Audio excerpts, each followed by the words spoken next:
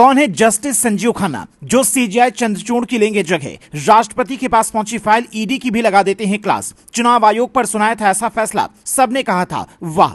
धारा 370 पर सुनाया अद्भुत डिसीजन। केजरीवाल को दी जमानत, अब बनेंगे मुख्य न्यायाधीश। पिता हाईकोर्ट के रहे जज, चाचा सुप्रीम कोर्ट में रहे न्यायाधीश। चंद्रचूड़ की तरह ही है बैकग्राउंड। 10 नवंबर को सीजीआई चंद्रचूड़ अपने पद से रिटायर होने वाले हैं। 11 नवंबर से सुप्रीम कोर्ट को नए मुख्य न्यायाधीश मिलेंगे, जिनके नाम की फाइल सीजीआई चंद्रचूड़ ने खुद राष्ट्रपति के पास भेजी। तो हर कोई यह सोचने लगा कि जस्टिस संजीव खन्ना कौन है, तो इनके बारे में बताएं। उससे पहले सुनिए इनके 5 वो फैसले जिससे सुनकर पक्ष विपक्ष हर कोई इन्हें सैल्यूट करता है। फैसला नंबर 1, धारा 370 रद्द करने के फैसले को जब चुनौती दी गई तो 5 जजों की बेंच ने इसे सुना। उस बेंच में जस्टिस संजीव खन्ना भी शामिल थे, जिन्होंने सारी दलीलें सुनने के बाद धारा 370 रद्द करने का फैसला बरकरार रखा। फैसला नंबर 2, जब राहुल से लेकर अखिलेश तक ईवीएम पर सवाल उठा रहे थे, तब सुप्रीम कोर्ट में हर एक वोट की वीवीपैट से मिलान की मांग पर सुनवाई चल रही थी। जस्टिस खन्ना उस बेंच में भी शामिल थे, जिन्होंने इस मांग को यह कहते हुए खारिज किया कि चुनाव आयोग जरूरी इंतजाम करे।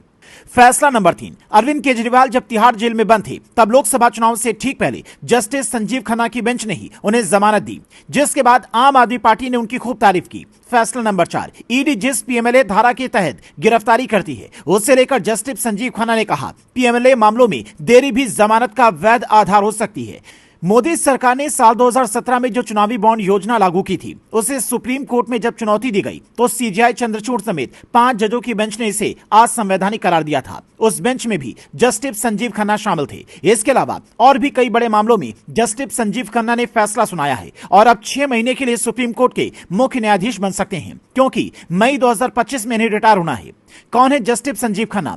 64 साल के जस्टिस खन्ना ने साल 1983 में अपने करियर की शुरुआत बतौर वकील की। दिल्ली की 30 हजारी कोर्ट, दिल्ली की हाई कोर्ट और फिर ट्रिब्यूनल में बरसों तक प्रैक्टिस की। दिल्ली हाई कोर्ट में एडिशनल पब्लिक प्रोसिक्यूटर और एमिकस क्यूरी भी नियुक्त हुए। साल 2005 में दिल्ली हाई कोर्ट के एडिशनल जज बने। 2006 में परमानेंट जज बनाए गए। 18 जनवरी 2019 को सुप्रीम कोर्ट के न्यायाधीश बने, अब मुख्य न्यायाधीश बनने वाले हैं। पिता देवराज खन्ना दिल्ली हाई कोर्ट के जज रहे हैं, जबकि चाचा हंसराज खन्ना सुप्रीम कोर्ट के जज रहे हैं।